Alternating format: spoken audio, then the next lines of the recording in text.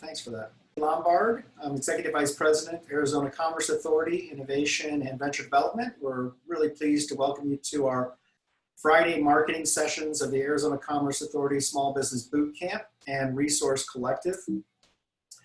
We've got some great speakers today, but before we do, I want to make sure I thank all of our wonderful partners. This has been an incredible effort over the last 6 weeks. We're closing our 6th week of daily boot camps, and the content and expertise and sharing that's going on has been absolutely amazing. And we'd also like to thank Trey, Neal, and Hound today for joining us as well. So the Boot Camp Collective is designed to help prepare companies to emerge and thrive through these incredible times.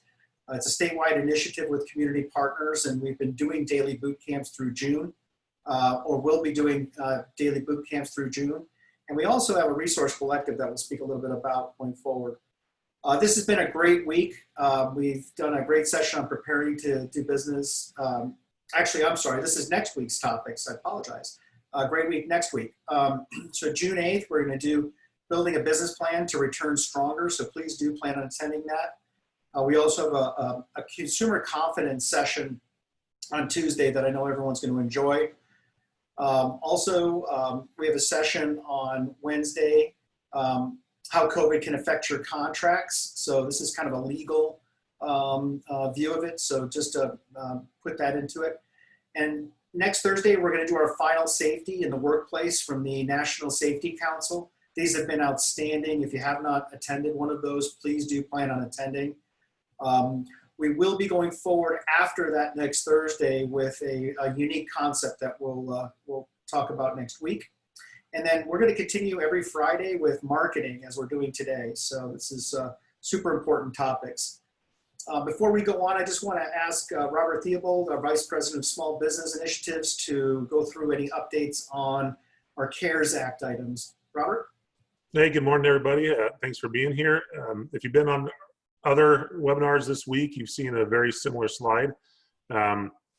As of this morning, looking at the updates, the PPP funds went down a little bit, but again, we are still sitting at well over $100 billion remaining for PPP loans.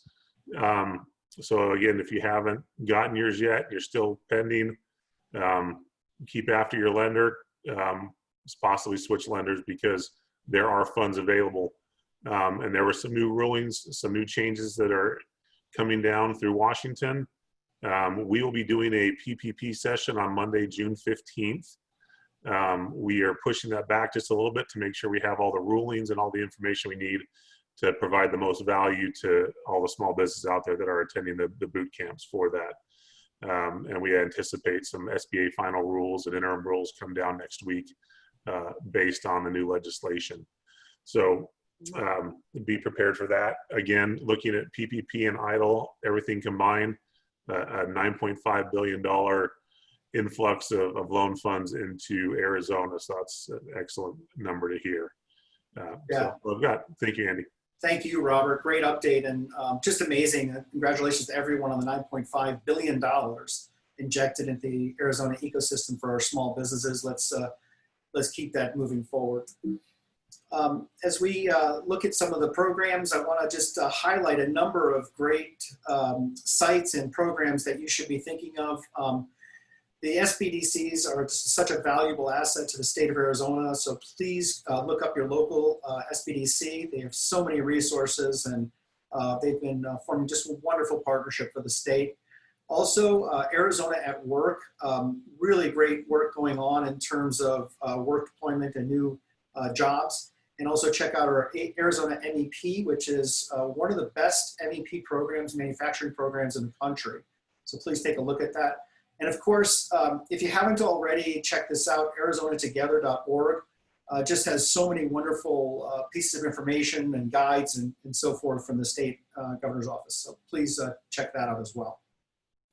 As part of our resource collective, you can go to our site, azcommerce.com/COVID-19. You'll see a whole bunch of resource guides all the way across from restaurants to small business to retail and how these are helping for return to work. Also, just stay informed, as I've mentioned. All of these presentations, as well as the videos, will be online. You can go to the session number and just check it out and view this afterwards and download the information as well. So without further ado, again, we have Chris Ronzio, who's joining us for a second time. Thank you, Chris, for doing that. Chris runs a fantastic company called Trainual that provides training for small businesses, a training platform for small businesses to organize all of your materials. And also, we're really pleased to have Brandon Wiley from Hound. Brandon is a marketing expert and founder of a great company that just applies marketing tech to really pertinent information for small businesses. So I want to hand it over to them as quickly as I can, because the information they have today is really exciting and super useful and practical for us. So without further ado, I think I'm going to hand it over to Brandon first.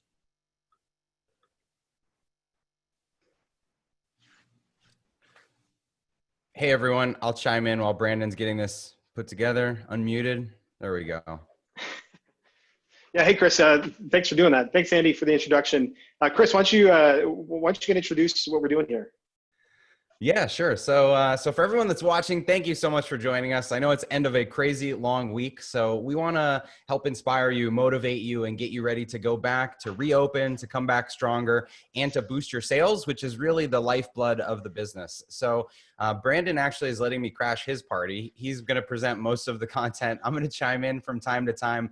A few weeks ago, we started talking about how we could work together. So like Andy mentioned, Trainual is a platform for documenting all the how-tos, the processes in your business and training your employees. And Hound has a business with over 6,000 retail and other types of merchants. And Brandon was trying to prepare for how to equip those businesses to reopen and reopen stronger.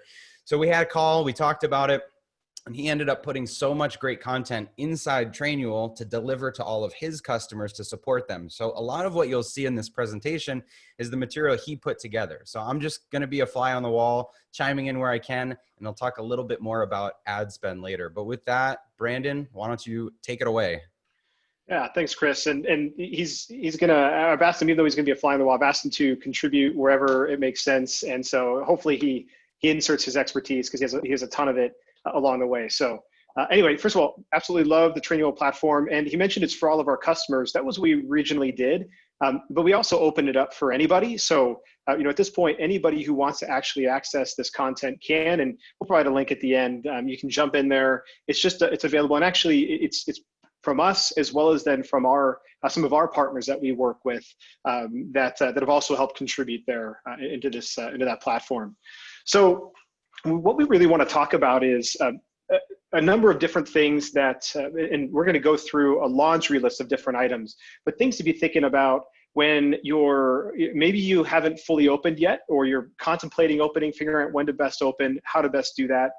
These are things that along marketing lines that you should be thinking about as you prepare to reopen, as you actually go through the reopening process, and then things to think through once you're actually already open as well. So what we've been saying internally with Hound, as we've been working and trying to keep our merchants in a state of survival, is to just over the last few months brave the storm, right? Get through, figure out ways to generate revenue right now, while you may be closed, or while you're partially open or at limited capacity, and figure out ways that you can do that. And then just stay connected with your community.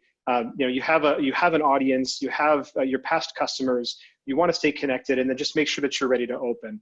So a few of the things that you can do just right out of the gate is to sit back and really take a good overall look of your web presence.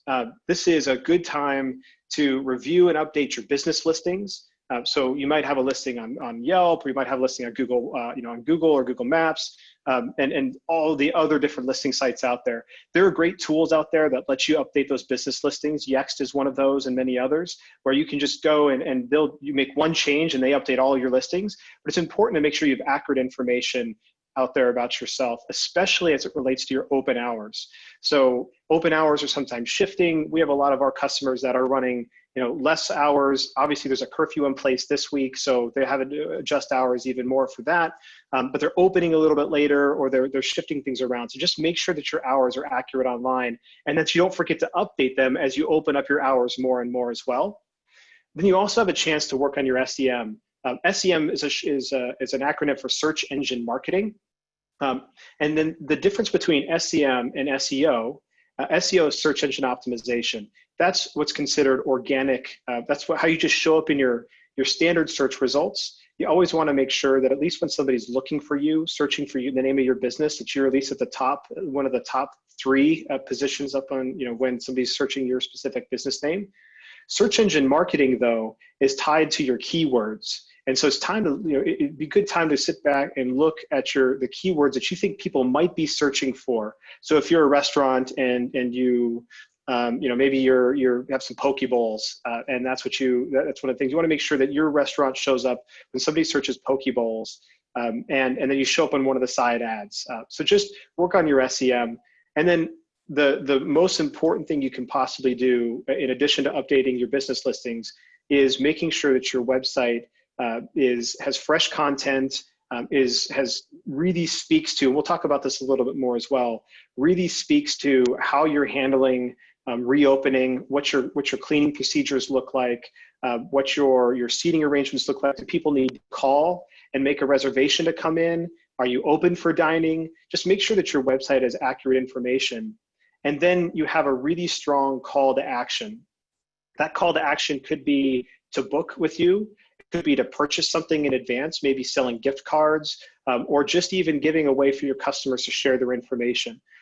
If depending on the type of business, you might have a birthday club that you want people to join. Well, we'll talk a little bit more about better ways to incentivize customers to share their information, but you always want to give them that opportunity to give that to you. So what data are you trying to typically collect? The single most important way to continually connect with your customer base is to collect email addresses. If you don't have email addresses, then you're not communicating with your customers. You might have a cell phone number, and that's fine. Some customers are okay with you texting them, but email is the single best way to connect with your customer. The other benefit to an email is it allows you to then target that consumer through other social media avenues like Facebook or Instagram, where you can send targeted ads to that particular consumer using their business manager platforms. And if you have that email, there's about an 80% match between an email and what somebody uses. So the email that they're going to put into your website is typically the email they've used to register in their social media accounts. There's about an 80% match, which means it's pretty solid. You'll be able to set a targeted ad to that consumer in one of those channels, while at the same time emailing them some other content. Then if you can collect birthdays and anniversaries, this gives you a great opportunity to send them a particular value add or reward them when their birthday is coming up. Many of you are probably already doing this, and this isn't just for restaurants, isn't just for entertainment centers or other places or leisure type places where people like to go and spend their birthday. This could be an oil change. It could come in and get a free oil change on your birthday. It can be, think creatively about how you can reward your customers on their birthday or on their anniversary. One of the things we noticed, there's a little call out there, when we look at all of our data, when one of our customers, one of our merchants collects an email address, and then they're using that email actively to market to their customers, it generates just per email between $1 to $2 annually. So if you've got a database of 3,000, 10,000, if you're actively using that database, that's another $3,000 to $10,000 in revenue you're going to generate annually just because you've collected that data. So it's really important to not do that. And then what we've also found is if you're actively leveraging birthdays that you've collected paired with an email address, it generates an additional incremental $5 annually. And that's just through some of our customer data that we've collected over the last few years.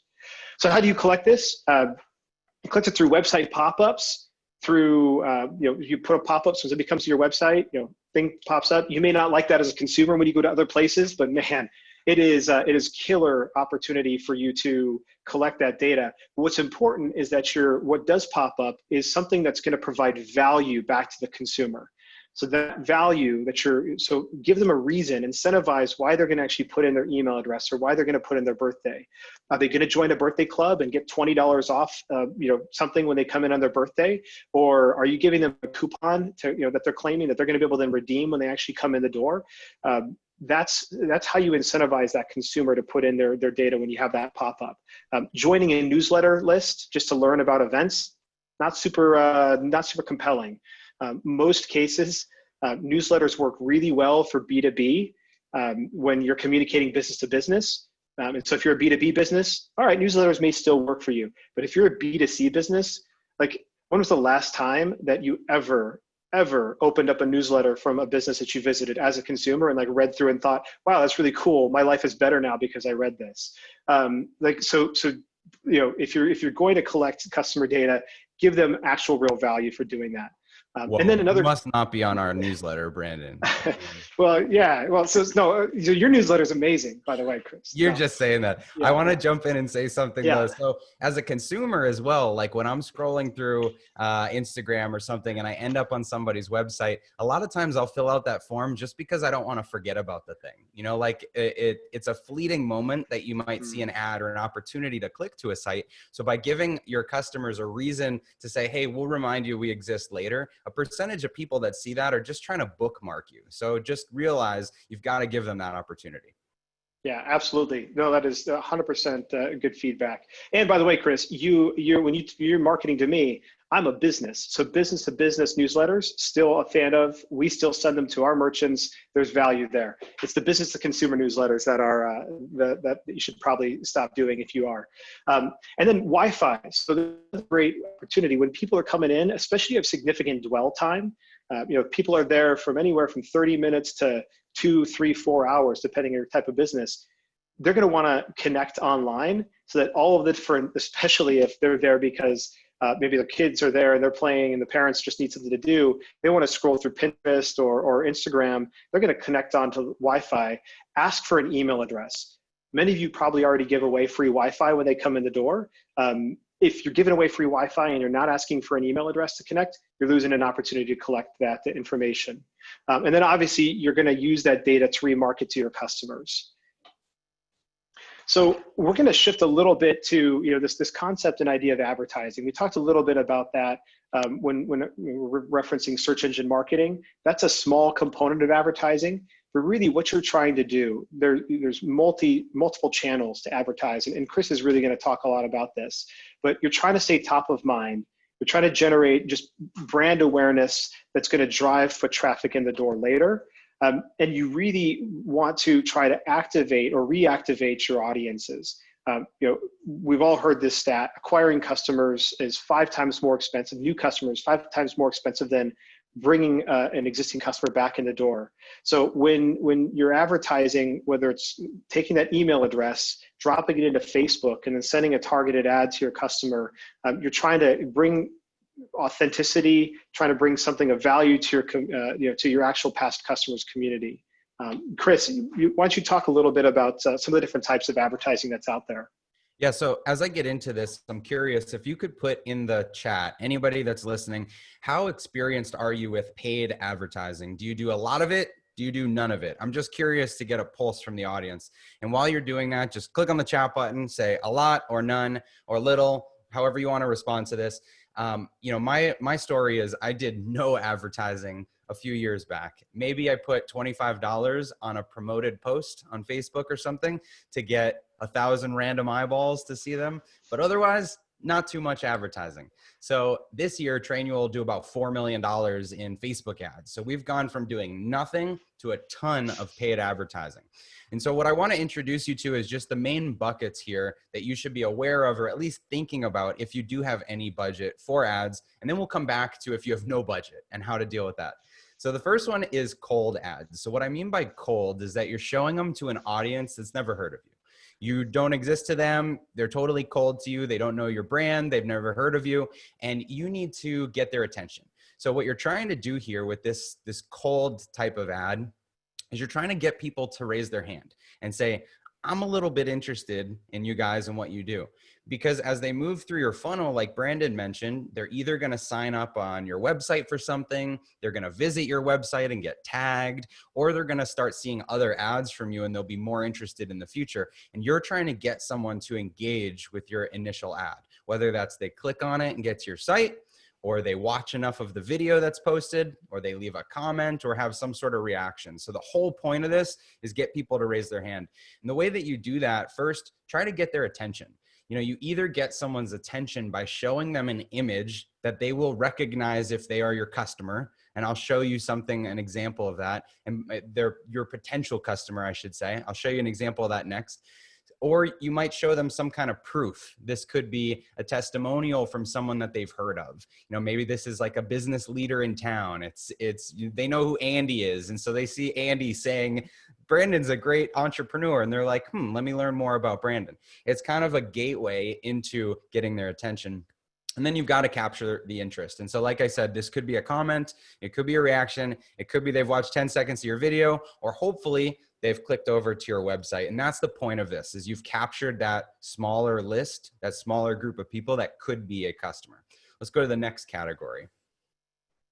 So next, you've got retargeting ads or remarketing. Now this, like Brandon said, is about staying top of mind, because just because someone isn't a customer today doesn't mean that they won't be a customer next month or in 3 months or at the end of this year.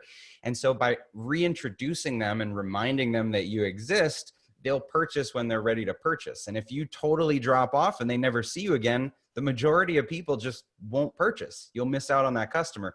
And so you want to get yourself back in front of customers. And this is actually really cheap to do.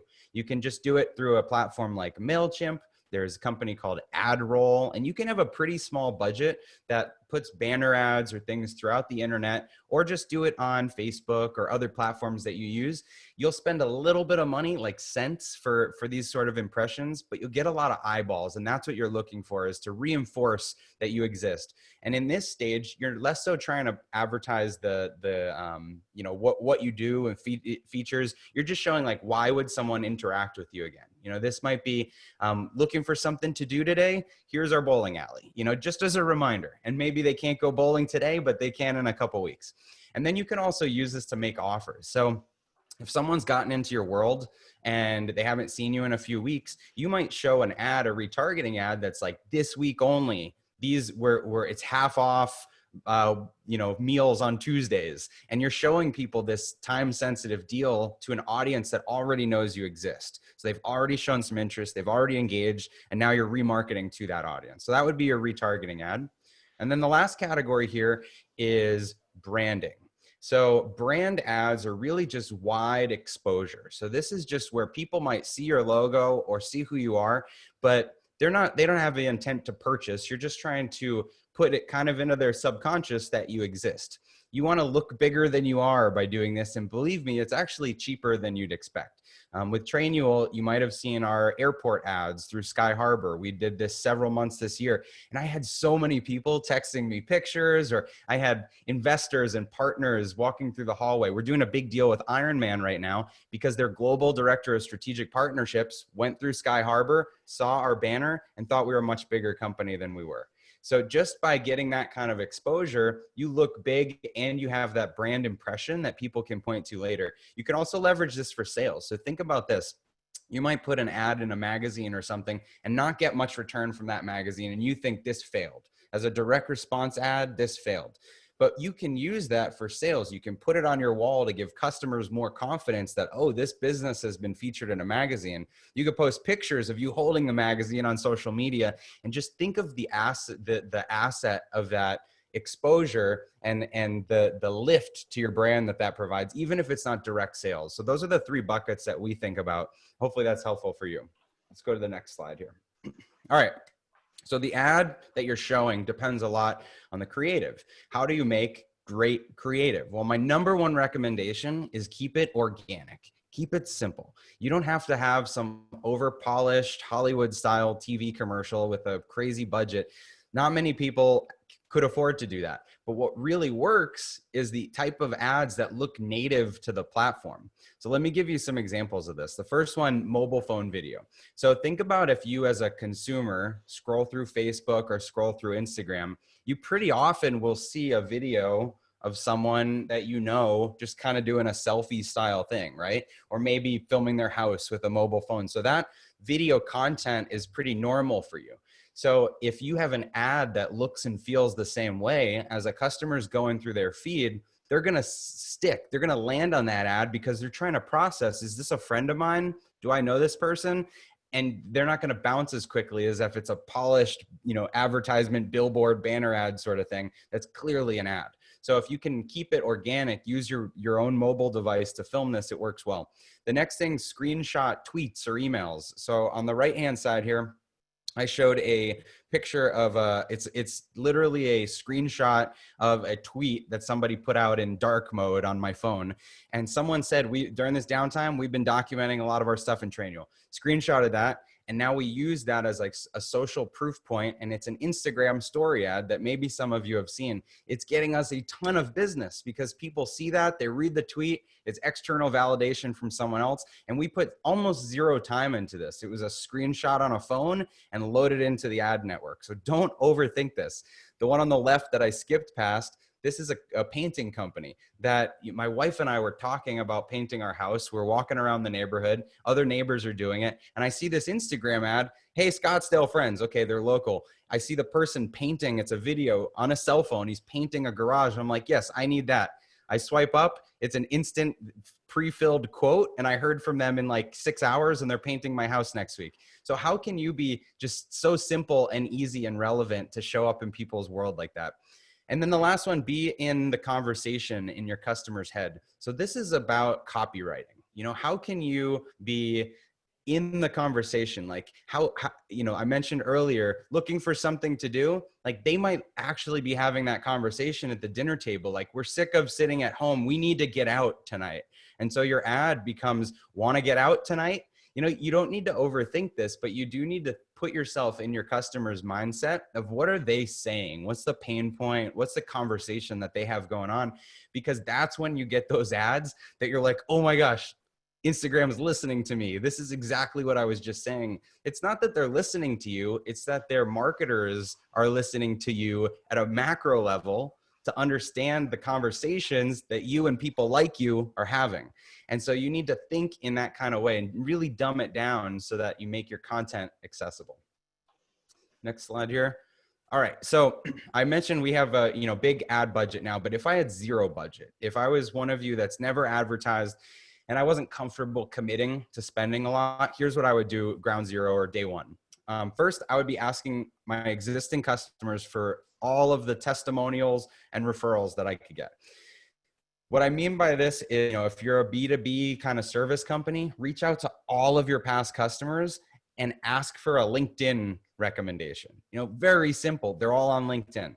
If you're a B2C kind of company and you've got a list of people, reach out to them and say, hey, would you mind reviewing us on Google Plus or whatever, Facebook or Yelp? This is a tough time. And so right now our whole focus is how do we find out the good experiences that we can amplify to other people? People want to help. And if they're not wanting to buy from you again, they would be willing to do a referral. The next thing, create content. So tons of content, multiple times a day. It is free to create content. Maybe you're a good writer, so just write LinkedIn posts, write on your blog, write, a mental stream of what how your reality TV almost of what you're going through inside your business. Or if you're good at video, hold up a camera, shoot some videos. I put this screenshot. This is from yesterday. Someone commented, good morning, I'm the blah, blah, blah. For some reason, I started following you. Thanks. My life's not that interesting. But your posts, because of your posts, I suggested we implement Trainwheel, and it's done wonders for us. This is a direct ROI that comes from just interacting with people on social, and it's totally free. So it's something that you could all be doing within your own category. And then the last one here is partner with other businesses. I mean, Brandon and I on here is a great example. We're doing what we can to bolster each other up and to help each other out. And when you work with another business that you've got some kind of natural connection or synergy with, you're both going to promote whatever it is that you're doing together. And so you get the cross exposure from the other person's audience. One of the first things I ever did for Trainwheel was a guest blog post on a different software company's site about like 10 of my favorite software tools. And one of them was Trainwheel. This was before we spent $1 in ads, but that's where my first couple dozen clients came from. That company was promoting this post I wrote to their audience, and people were clicking through to my website, totally free. And it's something anyone can do. So just think about how you can reach out to your existing customers. How can you engage with new people, be authentic, be organic? And then how can you find businesses that you can work with to build each other up? Brandon? That's awesome. Yeah, no, that's awesome, Chris. And so one of the things you want to do also, if you're asking your customers to give you testimonials, referrals, make it super easy for them to do that. Whether it's through a text message and just reaching out to them, or giving them a place to just drop that in to a form on your website or wherever that might be. You want to make it super easy. And on the referral side, anytime we have a new customer join and sign up with us, we send them a welcome packet. It has some information and stuff, and a little sticker they can put on their window. But we also include 5 little referral business cards. We just, again, make it super easy for them to it's got their little unique code. So when they hand this over to somebody and that person signs up using that code, now you also want to add value to that customer. So we provide free visits back to the customer who referred, as well as an additional free visits for that customer who was referred. And so it creates this kind of ongoing referral network as well. But we made it super easy by just giving them a couple of business cards. Obviously, you can't do that on zero budget because you do have to print those cards. But go on Vistaprint, print 1,000 cards super cheap, or find your local business card company nearby, or printing company, and send those out to your customers and ask for those referrals. The key thing is just asking. They're usually ready to do that, but if you don't ask, you're not going to get anything back. Another idea I just thought of, you probably all remember when Starbucks had a new Frappuccino and they gave them away for a day or something, or when Burger King changed their fries and they gave them away. Obviously, there's a cost to that, but depending on your business and your cost structure, if there's something you can give away for a limited time, it's a way to start to drum up momentum, to get people in the door, to have a line around the building, to take pictures, post to social media. Not everybody knows it was free, but it looks like it was great exposure for you. So, think about how you can get creative to just build up something, either build up traffic, build up eyeballs, build up testimonials, if you're not building up sales, because all that is the foundation to get you more sales in the future. Yeah, it's awesome. And so when we think about social media engagement, what we've been really talking about so far is using social media for ads, as a platform to deliver ads. And you really have to do both. So if you need to be running ads. If you have that budget, you should be running ads that are out there that are going to engage your customer. They're going to give them a call to action to either come to your website or sign up or come in, whatever that might be, or purchase something like a gift card in advance. But you also have to engage as part of your community. You want to show that you're actually invested in the community, similar to, now granted that was an ad, but that painter that Chris gave an example, it was very clear that he's living and working in that community, and Chris engaged with them and ended up doing a deal with them to do that. And granted, he leveraged that post and made it an ad, but he's still showing and engaging as a community member. And then you really want to just make sure that when you are putting stuff out there, it's not self-promotional. You can use your ads to be self-promotional. When you're engaging with content, you want to provide content that is resourceful, that it adds value, shows that that you actually are human, that you're not just some cold business that's just looking for money, that you're actually connected and part of your kids going to similar schools, in some of the same schools that your customers' kids are going to. And you just want to provide value through entertainment as well. The key thing is just to make sure that whatever you're doing is engaging with that, with your community who's following you. So we're going to make a hard turn right around the corner to talk about pricing and packaging as a way to really begin to leverage and boost sales. This, first and foremost, right now, and I put it as a last bullet point, it really should be the first bullet point. Customers are going to forgive a lot right now, especially the customers that are first now coming out and coming and visiting businesses. They're just ready to get out into the world again. They want to do it in a safe way, but they're just ready to have experiences and make purchases and everything else. And so now is a great time to experiment with your pricing and packaging.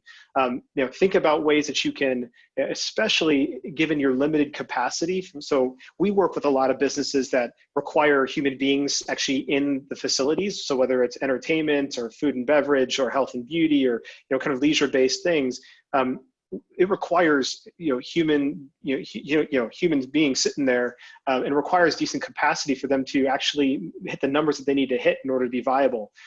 So when you can't, because of social distancing, you have to find ways to increase the value of each one of the customer guest spend or guest visits. So think about ways that you can bundle or package different offerings that you might have together. So whether that's a family meal pack. A lot of our restaurant customers did this when they were open for delivery or open for takeout. They had specific family packages, and they trimmed down their menu, and then just had specific items that had a larger ticket price, but also had great repeatability that they could do within their kitchens. So that was just one way that they thought about bundling. Maybe create some sort of unlimited offering. And it doesn't have to be unlimited while they're all there. It could be something where, hey, for the next month, come in as many times as you want and get X, whatever that X is. Come in and get a free Coke, or come in and get a touch up on your nails or on your eyebrows or whatever that might be. But provide some sort of unlimited offering. They're paying for it, but they're paying for potentially a month's worth of service and coming in. And then look for ways that once they're actually on site, and maybe they pre-purchased something, or they reserved, and that they're probably going to spend, $35, $40, $50, let's say, on a meal. Find ways to then upsell to add additional value, and then provide value adds as well. What this might mean is, let's say you're a family entertainment center, you're bowling. Chris used the bowling example earlier. You're a bowling alley, and you want to bring people in, go bowling, but then you're going to do a value add. So come in, spend $20 on bowling, but then you're going to get a $5 game card to play in the arcade for free. So find ways to add value that doesn't necessarily decrease or show discounts or decrease your overall gross margin. And then think through possibilities of potentially increasing your prices, either permanently or for a period of time, or find ways to create certain types of surcharges. Or one of our customers successfully did this, where she just built in, while she was, especially during takeout periods of time, she just built in a 20% gratuity. And I think she might have called it a COVID fee or something like that. But she actually added a particular, and customers were willing to do that. One, because they wanted to support her and her business in the community, but also because they understood that she's got to find ways. She's providing a value right now that she didn't have to necessarily do. She could just have been totally shut down. So think through how you might adjust your packaging and pricing. Do you potentially decrease right now because you really want to get that foot traffic in? And then you think through, additionally, promotions. Now, promotions are typically, I think, misconstrued with deals or offers, those kind of things. The term promotions is just something you want to promote. What are you offering? What do you want to promote out there? Is there an opportunity to have private or VIP events? So, for example, if you're going to have reduced hours, do you open up your restaurant, if your restaurant, for 2 hours before noon and offer it to a small private event that's under 10 people or under 8 people? Do you have a VIP event? Do you use certain parts of your facility in order to have different things? Or invite music artists and invite your top 10 most loyal customers in for a private music event and food or whatever that might be. So think creatively about things that you could then leverage, use to promote out and across the different ad channels that Chris talked about earlier. You also want, again, we talked about value adds. So there's ways you can give that value while they're on site, but you can also provide that value add for the next time. So spend $20 with us now, and then here's a coupon for $5 on your next visit. So now you're incentivizing to come back in, but the consumer just got that added value. And obviously $5 is under what they're typically going to spend. So they're going to spend more once they're on site already because they've already got that $5 of value from you. So think through areas in that front. And then you've got to provide the ability for consumers to buy gift cards. Most of you likely have the ability to buy those gift cards while they're on site through your point of sale. It's a physical card they're going to go home with, but you also want to give them the ability to purchase that gift card digitally while they're sitting on their home, or they're sitting, in their on their couch scrolling through, and then they see an ad. They say, "Oh, that looks awesome. Oh, hey, gift card. I want to go visit that place." They can buy that gift card right away, right from their phone, and then come in and redeem that later. If you do go down the discounting route, which again is a great way to drive people in the door and increase that foot traffic and the velocity, you want to give at least 20% off or some other high perceived value if you are going to discount. Now, a lot of people say, hey, I don't want to discount. That's not the way I want to do my brand. Well, then find other ways to provide a similar value to the consumer that they see that's going to drive them to take action on something right away. And then scaling incentives sometimes works as well. So, hey, 20% off at this price point. So let's say $20, 20% off. But if you spend $35 with us, you'll get 25% off. But spend $50, you'll get 30% off.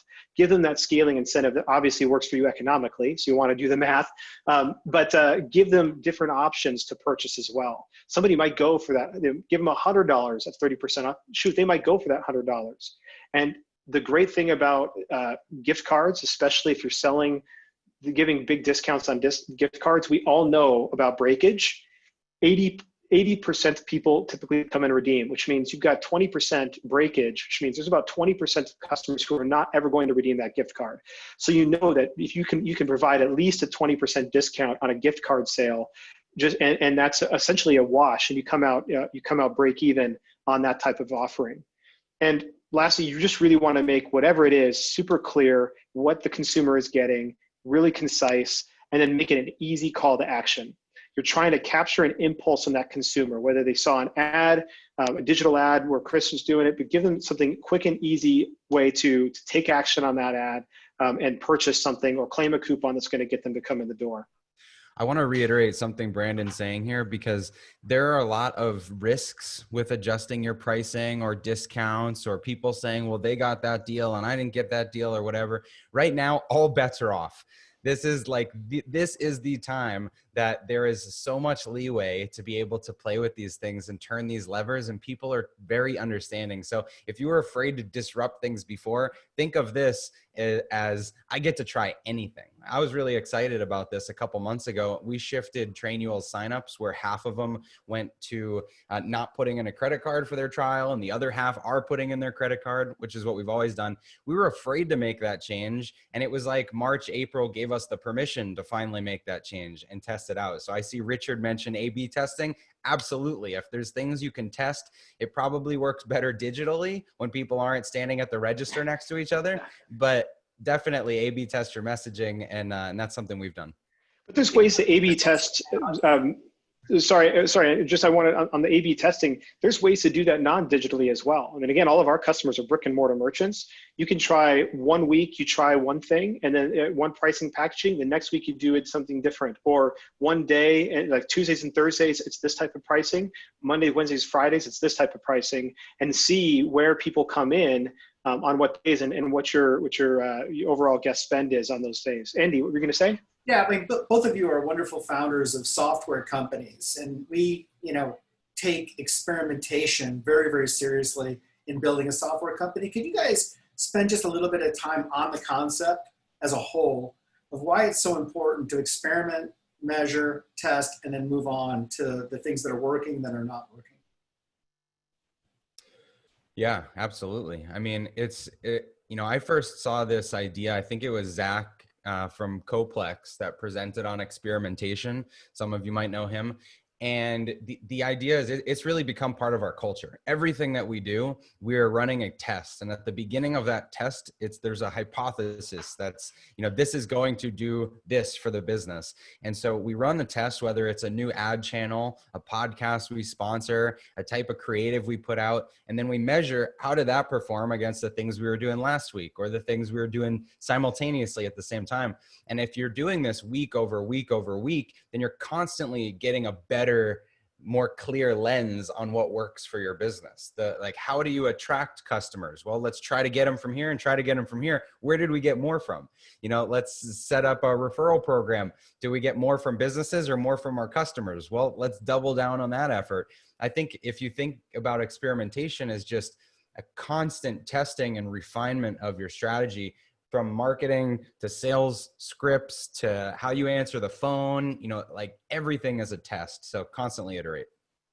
Yeah, I think that's exactly right. And one of the only ways that you're going to know, and Chris mentioned it just briefly, the only way you're going to know is by collecting data on what actually did work and what didn't. And so starting off with the assumption, how you think this is going to work out, and then testing those assumptions. is incredibly important. And so, if it doesn't matter whether you validated it or invalidated it, you're trying to find what we call validated testing internally. So we're trying to validate our assumptions, but you've got to be able to collect and track that data. So if you have two different channels going, well, you need to know when somebody actually fills out the lead form, which channel they're coming from, just as an example. Or like you mentioned, if you've got a restaurant and you're doing a family takeout package or something, have two offers and which one is getting more sales at the end of the week. Now let's focus on that one for the next week and test it against a third variant. So if you just keep doing that, you keep getting better. Yep, absolutely. All right, so we've got just two final slides here because I would love to get to some questions, but I think it's just important to talk about how you actually open. So when we help a lot of, we have a lot of customers, franchise customers or local businesses that have multiple locations. We often help them with their opening. Now we're not helping them we're not a consultancy, right? But they use our platform to help drive visits during their opening day, but they have an opening day. And like Chris mentioned, like there's like a line around the corner and like all that is really great, except you can't do that right now.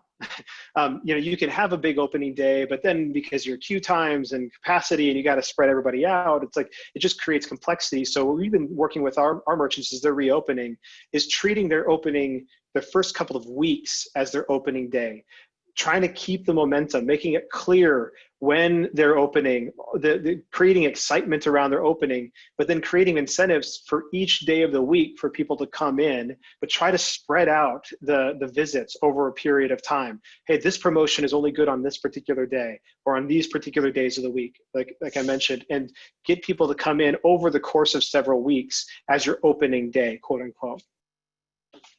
And then what's really important is right now people just want to know that you're making sure that people will be that your facility will be clean, that people will be safe while you're there. And so many of you have already done this on increasing health procedures. There's a lot of great resources on the ACA website that was already mentioned that can speak to a lot of this stuff. But what's important is that you're communicating what you're doing externally and internally through signage, and through videos. So I put Jake's Unlimited because they've done a really good job communicating. If you go to jakesunlimited.com to their website, they're a family entertainment center in Mesa.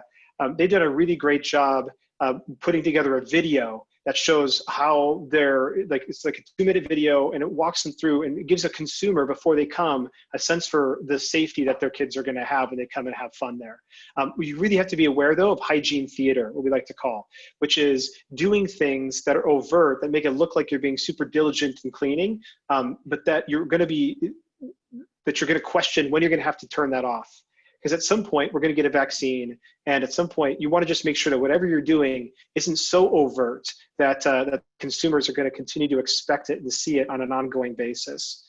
Just another data point here. We have this like certificate feature in Trainual that almost no one has ever used. And then all of a sudden we've got hundreds and hundreds of people printing out these COVID training certificates and putting them up in their windows. And so we saw this huge spike over the last few months, which is interesting, but it's a data point for, exactly this. It's important. Yeah, absolutely.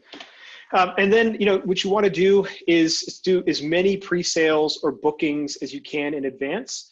We talked about some of this before, but you want to drive whatever you're doing through, especially your digital ads, is drive an impulse action. And we have this concept that we call buy now, book later, or buy now, visit later. Give your consumers the ability to take an action, purchase from you now, especially if you're closed, and then book a time to visit you later or visit you later. As we mentioned, day and time specific promotions, and then provide an online booking service to really help manage your capacity and customer expectations. So health and beauty already does this really well because they're all very much booking based, but other businesses may be less booking based. Restaurants may have some of that. You may not be booking based if you're a print shop, but you want to manage capacity to make sure not too many people are in there. So think through how you can also manage capacity, but give people the ability to actually purchase in advance, even if they are planning to come in with you later. I had to make an appointment to go to the bank yesterday, and they didn't even have an app to do this. So if anybody listening to this call can set up online appointment bookings, you're even ahead of the national banks. Yeah, and there's great services. There's SaaS-based platforms, software-based platforms that you can set up pretty quickly and easily out there. There's a lot of great systems that can provide this, especially if you're in a verticalized world that provides booking systems. So I think we've got some time left for some questions. I don't know if there's anything out there in Q&A or in the chat. That was just great, guys. Thank you. Amazing information. Just a lot there. So just fantastic. I think you guys covered some significant issues and items to advance the ball from a marketing perspective. So if you guys, if you were ranked, what are you doing right now that your businesses are thriving from?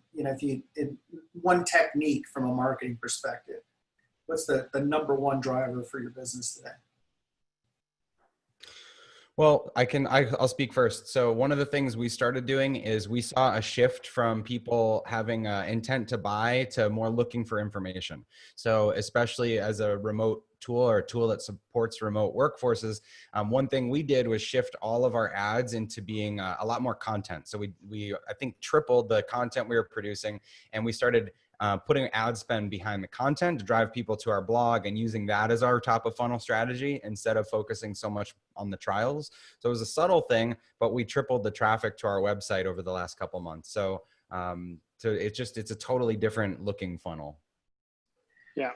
Yeah, and for us, the marketing guide, for example, we just want to provide a resource right now. We've got a platform that can obviously help drive and increase foot traffic, but we just wanted to provide a resource. So a lot of our marketing, actually all of our current advertising right now, is just sending people to go get access to the Trainual reopening marketing guide, and they get free access to that, and they use it as a resource to hopefully open successfully. And then obviously we have the ability to then reach out to them and tell them a little bit about Hound. But those are some of we really shifted from the direct marketing, providing a value and resources during this time. Great. There's a couple questions on the chat. I'm going to take the last one first because I think it's a quick one. But what is your opinion on webinars for B2B? I think they still work, but there's a lot of noise because everybody's doing webinars for B2B. And so your content has to be really good and really actionable and tailored to the person getting on so that they don't just have you in the background listening. They've actually got to be like taking notes. And if you don't have people that are really engaged and going through that, then it could be a giant waste of time. So I would say try it if you've got great content. Yeah, especially if it's niched content, that's something that you've got a very select audience. But then also webinars like there's some give and take. Chris and I, we know each other, we work together, we're partnering together, in this. So if you can bring in other people to those webinars, especially your customers, if you've got whatever type that customer is, they want to hear from people just like them. Your audience wants to hear from others just like them. And so if you can bring some of them onto the webinars, have an engaging conversation, that's going to be much more valuable than you just disgorging a bunch of information to somebody like I just did, by the way. So right. Chris, there's a Q&A question. If you can go in the Q&A, and before we answer that, there's a question from Matt, and I think you guys have covered this, but I want to double down on it. How much would you ramp up back on your online ad spend since we have no revenue coming in? Well, I would say it depends. Does it work? Like if you knew your ad spend was working before, then why wouldn't you want to ramp it up if it's going to get sales in the door? If it's going to solve your problem of having no revenue by doing ads, then I would turn it right back on. If you've never done ads before and it's a really risky investment, then I'd tread carefully on getting into it. And I'd try to see what you can do from an organic standpoint first. Cool. Yeah. Question from Hunter. My question is about testimonials. You both placed a lot of emphasis on them. Can you give us some examples of do's and don'ts when asking customers for testimonials? Don't pay them for it. It's gotta be natural. It depends on your business, your relationship with them. If you can make it personal, I wouldn't send out a newsletter that says, we'd love you to leave a testimonial. Here's a button. You want to actually email them, text them, call them, because if people feel like you're asking them one-to-one, they'll reciprocate. They'll do that. If they feel like it's spam, they can ignore it pretty easily. Every one of our testimonials we've gained from direct ask. We've never asked, broadly. Our customer success, or even myself, reached out, asked for it specifically and personally. And also one thing you can do is people might not know they already gave you a testimonial, but they replied to an email or they commented on something. Screenshot that, send it to them and say, can I use this as a testimonial? That's easy too. Okay, so from Michael Brown, he had a successful press release, 300 publications covered it, which is kind of cool. They said, they meaning I think his agency, his digital group, that I can say as seen on. How can I use this PDF to expand my marketing? It depends on the publications. So, and it depends on your reach. So if you've got a pretty small reach as a business and you're putting a few logos on your website, it might not be that big an issue. If they're big logos and you've got big reach, then some of those companies have legal teams that all they do is look for websites that have their logo, and you have to pay to license it. Like Forbes is one of those companies. So it just depends on where it went out. Yeah, and the only thing I'd add to that is it depends on where your audience, where your market is looking, and is that logo relevant to them? If it's just because it might have gotten a reach somewhere else, if it's not relevant to your market, then it's not worth putting it up there. It absolutely adds an authority point, though, if you've got a strip of recognizable logos on your website. So I would put it on there that no one's going to sue you and without asking you to take it down first. Yeah, they're basically going to tell you, please take it down. You take it down, if not, right? Do you guys know any software packages that can help manage customer birthdays? Hound does, Hound can, but it depends what you're trying to do with those birthdays. So if you're trying to send particular promotions or other things that are automated to those customers, then obviously a Hound platform can do that. And there are other platforms out there. MailChimp, I believe, also gives you the ability to store customer birthdays and other things. So there are other platforms out there. So Brandon, Cameron does not work for you, right? No, Cameron does not work for me. I don't know who Cameron is. That was kind of, Yeah. It could be, Sorry, I just want to be clear. If you're asking about doing like managing birthday parties, which I don't know if that's what that is, then there's other great platforms out there like Party Center or PartyWorks or others that can help you manage party like actual birthdays. Birthday date and thank you. But if it's just dates, I would say it could be in your point of sale system if you're in retail. It could be in your CRM if you have one of those. It's just a field. It could be in Outlook or in Google that you just use the free tools and store them in there or on your calendar. So there's a lot of ways to do it. Yeah, the important thing is just doing something with it. Having the birthday is like a tree that falls in the forest and no one's around to hear it. You've got to be leveraging those birthdays to drive additional traffic in. We'll do one last. Any opt-in suggestions for a B2B website? Opt-in suggestions like for Maybe content? more campaign suggestions, I'm assuming, or ideas around getting opt-in emails for B2B, probably. Yeah, give them something that is a small taste of the thing you sell.